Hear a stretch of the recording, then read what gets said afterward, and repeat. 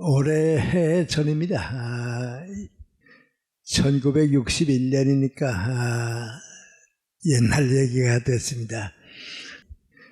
미국에 처음 갔다가 시카고에 머물면서 어느 미국 교회에 나갔습니다.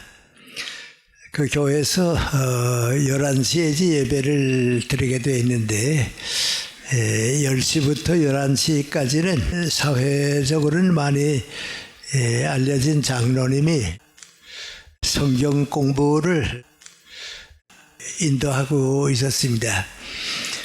거기에 참가해서 성경 공부를 하고 있는데 미국에서는 장로교가 제일 좀 자유롭다고 그러죠. 교리의 구속을 좀 덜 받고 그런데요. 그 장로님이 성경을 가르치시다가 성경에 성령이라고 하는 말이 많이 나오는데 그 성령이 정말 있는 거냐 없는 거냐 그런 얘기를 꺼냈습니다. 우리 같으면 교회 안에서 그런 얘기가 나오기 어려울 것 같은데 그런 얘기가 나오는가 보다 그랬는데 이제 그분 얘기와 이제 교인들이 모여서 꺼내는 거 보면 옛날에는 우리가 천사가 다 있는 것 같이 생각을 했습니다. 그런데 지금은 천사가 있다고 생각하는 사람은 아무도 없습니다. 또 옛날에는 악마가 있는 것으로 우리가 다 생각을 했는데 지금은 악마가 어디 유혹하는 악마가 어디 있다 그런 걸 믿는 사람은 없습니다. 성령이라고 하는 개념도 그때는 이제 어떤 그 영적인 존재가 있는 것으로 생각을 하고 있었는데 지금 과학이 이렇게 발달됐는데 이렇게 성령 같은 것이 있겠느냐 그런 이제 얘기들입니다. 또 이제 성경을 우리가 구약을 그 당시의 상황을 떠나서 보게 되면 제가 직접 받은 그 얘기인데 한 고등학생이 나보고 하는 말입니다. 선생님 구약을 쭉 읽어보니까요.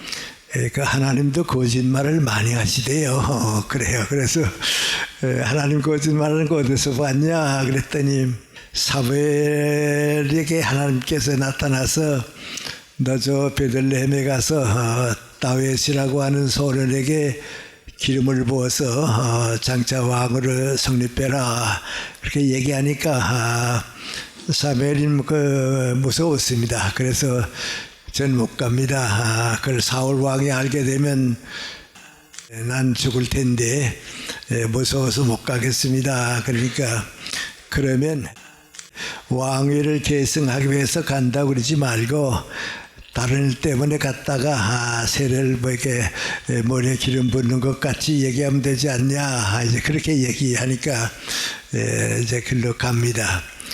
그러니까 그 고등학생이 가만 보니까 하나님이 당신의 사자인 사무엘에게 그렇게 거짓말할 수가 있냐 말이죠. 거짓말을 하더라 이제 그 얘기입니다. 그래서 내가 그 당시에 인간과 하나님의 관계를 이제 구약에서 많이 쓰고 있는데 그 당시에는 그렇게 표현하는 것밖에 길이 없었다 말이죠. 그러니까 그건 하나의 상징적인 표현이지 하나님이 직접 거짓말하고 그거는 이제 그 의미를 우리가 좀 받아들인 것이 구약의 상황성을 우리가 봐야 한다. 이제 그런 얘기를 한 길도 있고 그렇습니다. 그래서 이제 성령이 있느냐 없느냐 이제 그런 얘기를 하는데 그 사람들은 또 이제 결론을 안 내죠. 이런 얘기 저런 얘기 다 해보고서 결론은 이제 당신이 내라 하는 건데 내가 이제 동양 사람으로서 앉아 있으니까 당신은 어떻게 생각하느냐 그래요. 그 내가 그저 하는 인간적인 위치에서 생각을 해보는데 인간은 두 가지 존재로 이루어졌습니다. 하나는 신체가 있어서 인간이 되고요. 또 하나는 이제 정신력이 있어서 인간이 됩니다. 이 둘이 합해서 인간이 되는데 우리 신체는 자연입니다. 그러니까 자연 법칙에 따라서 움직이는 것이 이제 우리 인간의 한 면인 신체고, 또 우리 인간은 그 신체를 주관하고도 이끌어갈 수 있는 정신력을 가지고 있는데, 그 정신력은 또 신체와 더불어 있어서 인간이지만은 자연인간과는 차원이 완전히 다르다고.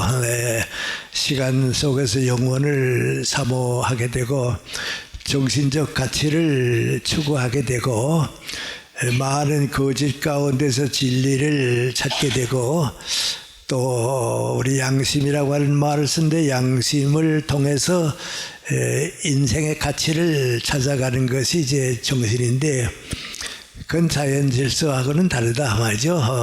자연 질서하고는 완전히 다른 우리 삶의 요소인데, 그런 것 정신적 질서는 또 있어서 인간입니다.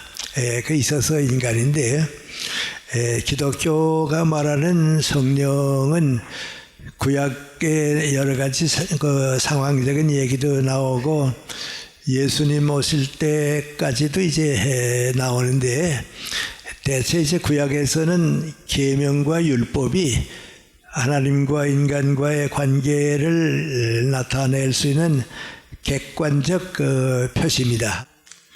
그런데 예수님이 오셔서 우리에게 약속해 준 것은 하나님과 인간과의 관계가 성립되는 건데, 그 관계를 우리가 정신적 질서와 더불어 체험을 하게 되면 자연 법칙은 이건 자연 법칙으로 끝나는 거니까 따로 있고, 이 정신적 질서의 영역이 있는데 이 정신적 질서의 영역을 통해서 더 완전한 인간, 더 영원한 가치가 있는 인간으로 가는 그 체험, 예수님의 약속과 그런 그 체험을 우리가 경험함으로써 영적 체험, 또 은총의 체험을 하게 될 때에 우리에게 주어지는 그 교훈을 예수님께서 약속하신 대로 성령으로 받아들이는 것, 그건 우리 기독교 역사에서도 쭉 계속해 이루어진 거고,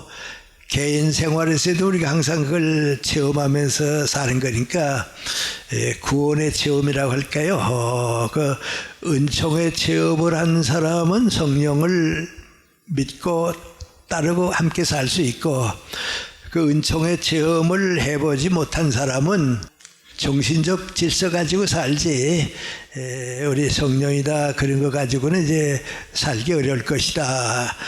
하여튼 저는 이제 그런 얘기를 했습니다. 그리고 한 가지 확실한 게 있는데, 우리는 그래서 교회 와서 항상 기도를 드리고 있으니까 기도는 누구나 다 하는 것이다. 또 기도를 하게 되면 우리 마음이 편해지고 복받는다 그렇게 생각하는데, 사실 인간의 존엄성과 정신적 가치를 인정하는 사람이 기도를 할 수 있다 없다 하는 건 그건 전체로 이루어지는 게 아닙니다.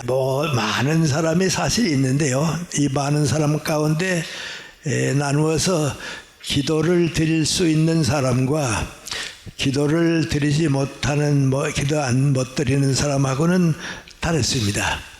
그런데 우리가 이 기도를 드린다는 것이 아무것도 아닌 것 같이 기도를 드리지만은, 내가 하나님께 기도를 드릴 수 있다 하는 그것은 그건 하나의 성령과 더불어 우리 인생에 함께 간다고 하는 출발입니다. 조금 이따 얘기하겠습니다만, 하여튼 그렇기 때문에 그 은총의 체험에서 우리 성령이 있다 없다 하는 거지, 은총의 체험을 못한 사람에게는 성령은 있을 수 없고, 은총의 체험을 겪은 사람은 은총의 체험이 나타났기 때문에 성령과 더불어 산다는 게 자연스러운 거라고. 그러나 우리 신앙인에게서는 자연스러운 질서를 본다. 뭐 그런 얘기를 한 길이 있습니다. 그래서 그럼 그런 그 은총의 체험이라고 하는 건 무엇을 말하는가? 우리의 인생과 삶 자체 변화입니다. 예수님을 통해서 우리 삶 자체 변화인데 그 문제가 더 중하지 않는가 하는 이제 생각입니다. 오늘 제가 좀 말씀드리려고 하는 것은 이제 이러한 그 체험들이 그저 항상 그 우리가 듣고 따르는 게 아니고 우리 생활에 이제 어떤 변화를 가져오는가 그런 몇 가지 말씀을 좀 드릴까 생각합니다. 전 요새 이제 여러 가지 나 자신에 대한 반성을 해보는데 나 자신이 항상 그 뜻밖이었다고 생각하는 게 있습니다. 그것은 내가 14살 났을 때 초등학교를 졸업했습니다. 그때 우리 어머님이나 우리 할머님이나 우리 가족들은 그 해에 내가 아마 죽을 것이라고 생각을 했습니다. 근데 그만큼 또 내 건강이 사실 나빴고요. 또 나도 그걸 잘 알고 있고 그럽니다. 근데 내가 14살 나는 해 정월 초하는 날 밤에 우리 어머님이 꿈을 꾸셨는데 내가 이렇게 앉아서 두 무릎을 손으로 이렇게 끌어안고서 가만 앉아 있더니 하늘로 쓱 올라가 버리고 말았어요. 그래 우리 어머님이 깜짝 놀라서 할머니한테 가서 내가 그런 꿈을 꾸었다 그랬더니 금년은 아마 내가 우리 집안의 장손인데 장손이가 죽을래는가 보다. 그 아주 상식으로 돼 있은 이제 내 건강 상태입니다. 그래서 우리 어머니도 나 너 20살까지만 사는 걸 봤으면 좋겠다 그렇게 이제 얘기를 하고 그랬는데요. 근데 그 같은 14살 나는 해에 제가 어렴풋이 신앙을 깨달았습니다. 그 깨닫게 된 동기는 나는 이제 오래 살지 못하고 중학교도 못 갈 것이다 하는 생각이 들어서 그래서 철없는 이제 기도를 드린 겁니다. 아마 제 생애에서 제일 처음 나도 모르는 기도였겠죠. 기도는 간단합니다. 하나님 나에게 건강을 주셔서 중학교도 가게 해 주시고 또 오래 건강을 주시면 나한테 건강이 허락되는 동안은 제가 하나님의 일을 하겠습니다. 내일은 안 하더라도 하나님의 일은 열심히 하겠으니까 건강을 허락해 주셨으면 좋겠습니다. 이제 그런 기도를 드렸습니다. 그리고 하여튼 뭐 여러 가지 곡절을 겪어서 이제 중학생이 됐습니다. 그런데 그 중학생이 입학하고 그해 크리스마스 때입니다. 크리스마스 때 이제 여기에 내가 다니는 숭실중학교가 있고 그 옆에 숭실전문학교 지금 대학입니다. 있는데 그 숭실전문학교 학생들이 1년에 한 번씩 부흥회를 합니다. 그 나는 여기 중학교 1학년이기 때문에 갈 자격은 없죠. 그렇지만 그 소식을 들었기 때문에 한번 가보았으면 좋겠다. 그래서 이제 월요일에서부터 토요일 저녁까지 여세 동안 이제 부흥회를 하는데 강사로 오신 분이 우리 감리교 대표이신 김창준 목사님하고요. 장로교 대표인 윤인구 목사님이 이제 강사로 오셔서 설교를 하셨는데요. 지금 생각해보면 내가 그 설교를 받아들일 자신을 못 되죠. 그런데도 마음의 문을 주님께서 열어주셔서 그 설교를 다 듣고 나면서 내가 믿는 하나님, 내가 믿는 예수님이 이런 분이었구나. 내가 믿는 걸로 그저 마음은 있었지만은 뭘 믿는지는 몰랐는데 이제는 내가 알겠다. 그 신앙을 좀 깨닫게 됐습니다. 그래서 그 두 분 목사님은 이제 나한테 정말 신앙의 은인입니다. 은인인데, 그 다음에 이제 긴 세월을 지나가서 이제 나도 어른이 되고 그랬는데, 내가 중학교를 마치고 대학 생활을 할 때쯤 해서 그 두 분 목사님 가운데 한 분은 북한에 남아서 기독교 연맹의 총재가 됐습니다. 그런데 암만 생각해도 감리교를 대표하셨던 목사님이 김일성 정권 밑에서 심부름을 한다고 하는 거, 그거는 그렇지 않으면 있을 수도 없고 할 수도 없는 일인데 왜 그렇게 되나, 그런 고민이 생겼습니다. 그리고 또 우리 장로교 목사님은 우리 이전 세상 떠나셨습니다마는 기독교 교육계에 업적을 많이 남기셨는데, 그 말년에 그 대학이면 대학에서 일반 교수님들한테 존경은 받지 못했습니다. 그래서 성공하셨다, 그렇게 보기는 좀 어렵습니다. 그런데 이제 보통 사람들도 그만한 위치에서는 70%쯤이 성공하는데, 내 신앙의 은인이신 목사님께서는 왜 실패를 하셨는가 말이죠. 꽃 같은 일을 하면서 세상 사람들은 그 성공을 하는데 왜 우리 목사님은 실패를 하셨을까, 그런 좀 어려움이, 고민이 생겼습니다. 그러니까 내게 신앙의 은인이 됐다고 하는 것은 뭐 틀림이 없습니다. 그러나 하여튼 인간적으로 믿는 사람이나 안 믿는 사람들의 존경을 받아야겠는데 그렇게는 이제 못 됐습니다.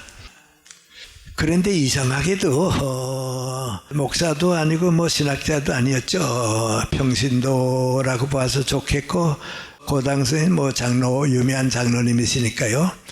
이 도산 안창호 선생님과 고당 조만식 선생은 장로님은, 그분은 장로님인데요, 누구가 보든지 크리스찬입니다.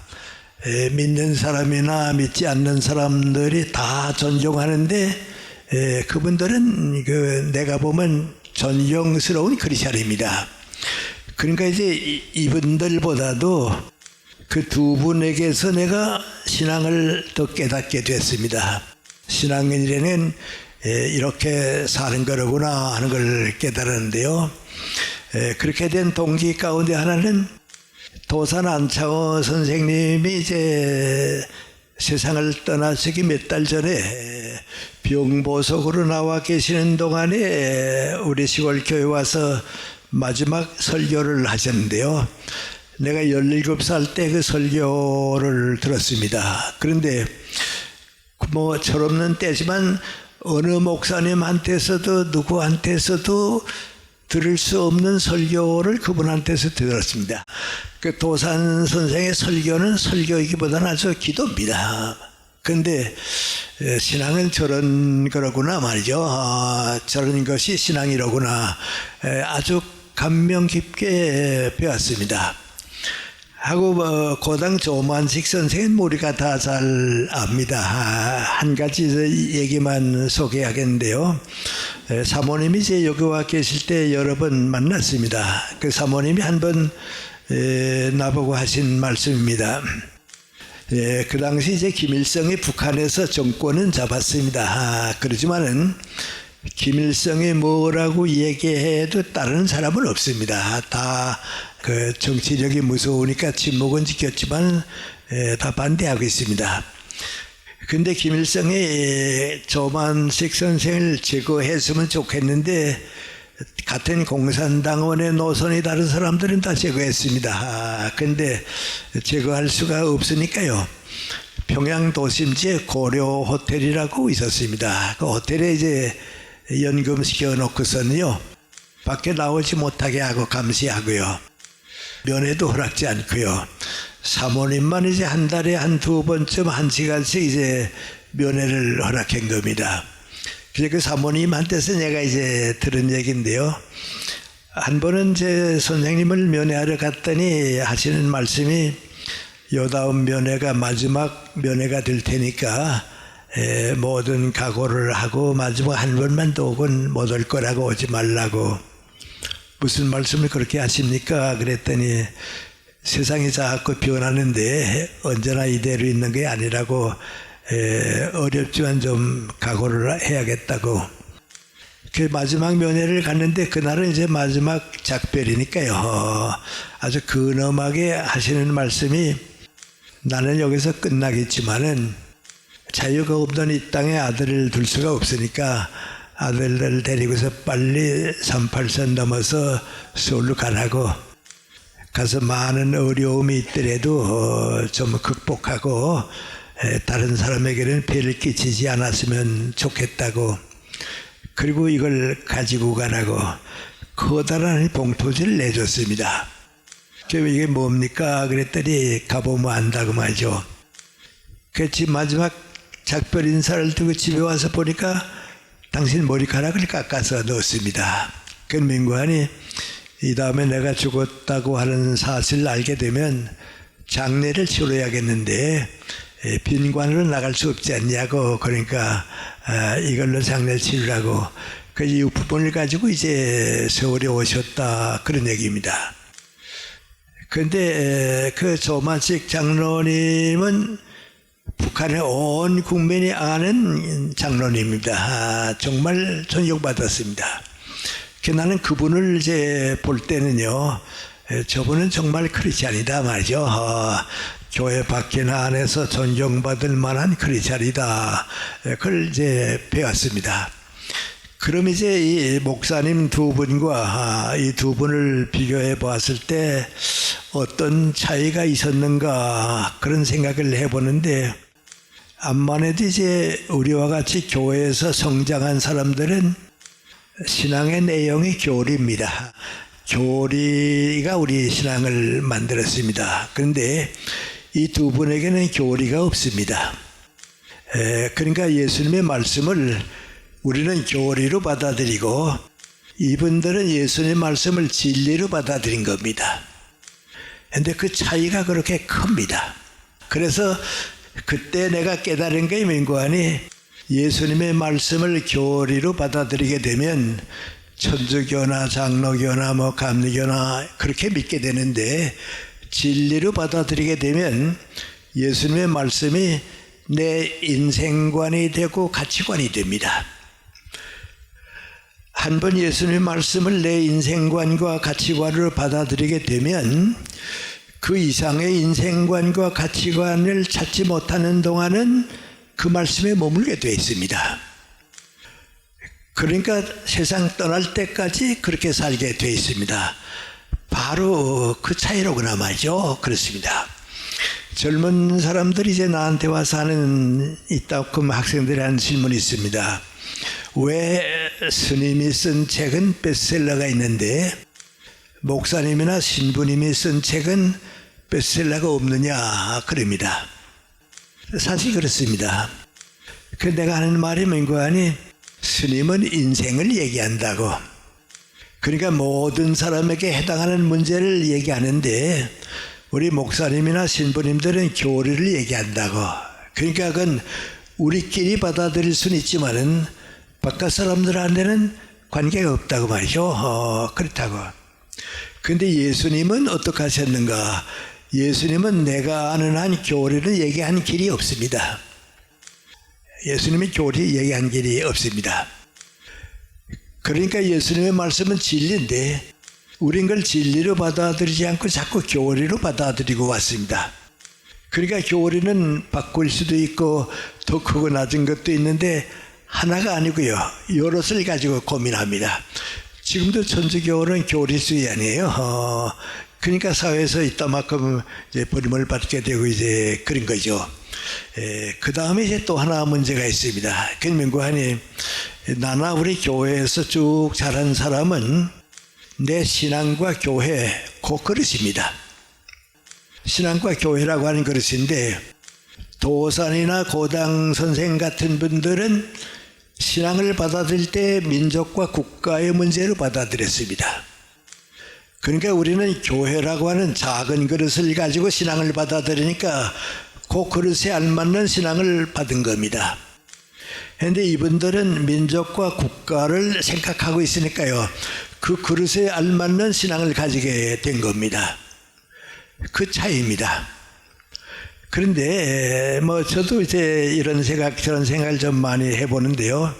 우리 인문학이라고 하는 얘기들을 이제 많이 합니다. 많이 하는데, 인문학에 이제 철학이 있고 철학의 대표적인 논리학인데요. 2300년 전에 아리스토텔레스라고 하는 논리학자가 처음 논리학을 쓴 사람입니다. 이제 그 사람이 그 논리학 가운데 뭐라고 얘기하는 거 아니, 모든 사물을 볼 때 그것이 타당하냐 타당치 못하냐 진리냐 아니냐 하는 걸 물으려고 하면 무슨 사물을 보든지 세 가지 측면에서 봐야 한다. 우리 기하학에서 공간을 표시하려면 직선이 셋은 돼야 합니다. 둘 가지는 안 됩니다. 셋으로 보는데, 그분 얘기 아주 쉽게 말하면 이제 삼각형을 이제 가지고서 우리가 최소의 공간을 만들게 되는데, 이 한쪽은 언제나 나라고 하는 개체입니다. 이 한쪽은 우리라고 하는 부분입니다. 이 한쪽은 우리 모두라고 하는 전체입니다. 그 개체와 특수체와 전체, 이 세 가지를 함께 보지 않으면 안 된다 말이죠. 그래야 올바르게 보지, 그걸 요 아래서만 봐도 안 되고 위에 전체를 못 보게 되면 진리에 도달할 수 없다 말. 모든 것이 완전한 진리가 될 수 없다, 그런 얘기입니다. 근데 예를 들어 말하면 이제 나는 연세대학교 교수로서 대한민국의 교육과 젊은이들을 키우게 되면 내 교육의 목적이 연세대학교를 통해서 민족국가가 됩니다. 거기서 내가 보람을 느끼고 성공하게 되면 그 다음에야 내가 행복해지는 겁니다. 교수라고지는 겁니다. 나하고 연세대학교 사이만 왔다 갔다 하면 그 누구나 다 하는 일이지 크리스찬다운 완성은 못합니다. 근데 그걸 우리 기독교에 바치게 되면 어떻게 되는가? 나는 우리 교회를 통해서 하나님의 나라와 민족을 위해서 노력하는 걸 알아야 합니다. 그렇게 됐을 때 비로소 내가 크리스찬다운 크리스찬이 되는 겁니다. 그러니까 우리가 하나님의 나라를 건설하지 못하고 나와 교회와 나 여기서 복받고 왔다 갔다 하고 만족하게 되면 하나님의 나라는 이루어지질 않습니다. 그러니까 나는 우리 교회를 통해서 민족 국가에 기여하고 봉사하는 하나님의 나라를 위한 노력을 할 때 비로소 내가 크리스찬다운 크리스찬이 되는 겁니다.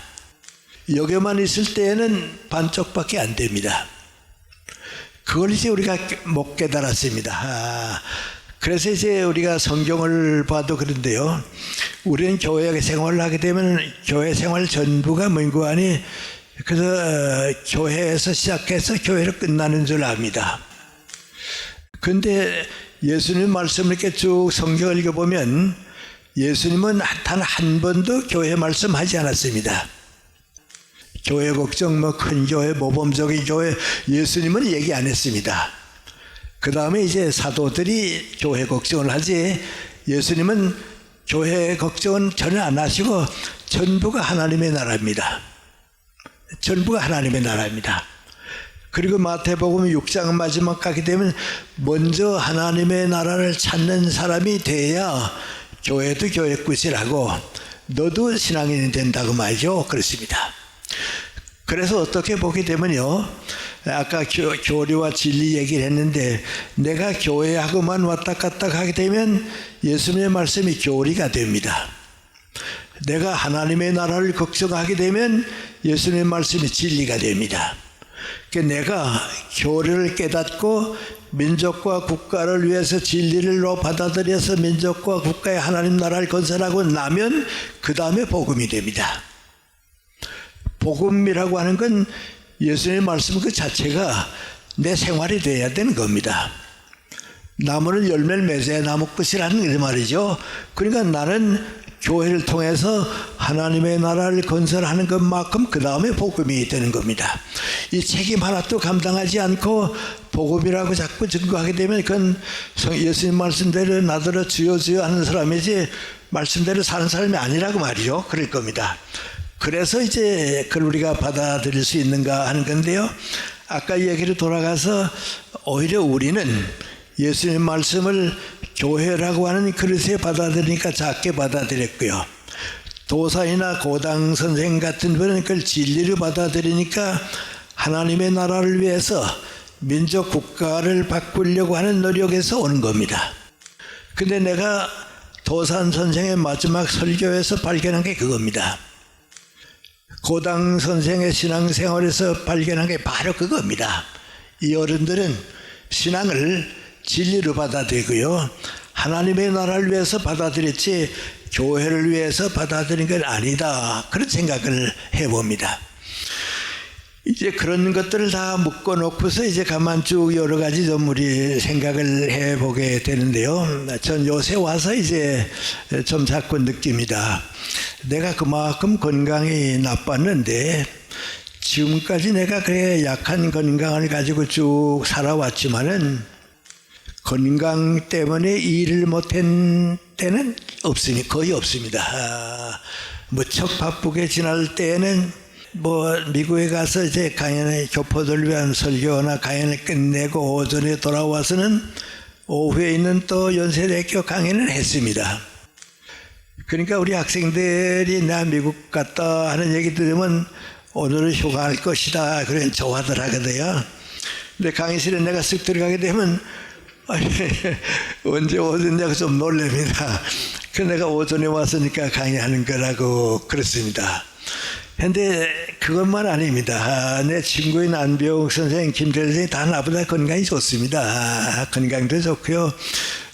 김태길 선생이 이제 나 놀리고 타는 얘기가 있는데요. 한번 서울대학에 내가 가게 돼서 만나기로 약속했습니다. 그래 가서 찾았더니 나 놀리는 거죠. 날쓱 보더니 김생 왔구나 그래요. 약속하지 않았냐고 그랬더니 난 또 오다가 바람에 날아간 줄 알았지. 당신네들이 나보다 건강한 거 잘 압니다. 근데 김태길 선생은 89세에 돌아가고요. 안병욱 선생도 90대면서 이제 병 걸리고 나 혼자 지금 10년 남아서 일합니다. 근데 나 혼자 이렇게 가만 생각을 해보면요. 이상하다. 맞아. 제일 건강이 좋지 못한 내가 10년 더 남아서 일하고 있는데 이건 내 욕심은 아니고 그래도 내가 어렸을 때 하나님께서 나한테 건강을 주시면 건강이 허락되는 동안은 하나님의 일을 하겠습니다. 그 약속을 나는 기도드리고 잊어버렸지만은 그래도 하나님께서 내 다른 친구보다도 너는 나하고 약속이 있으니까 오래 일해라. 그 뜻이 아닌가 그렇게 생각합니다.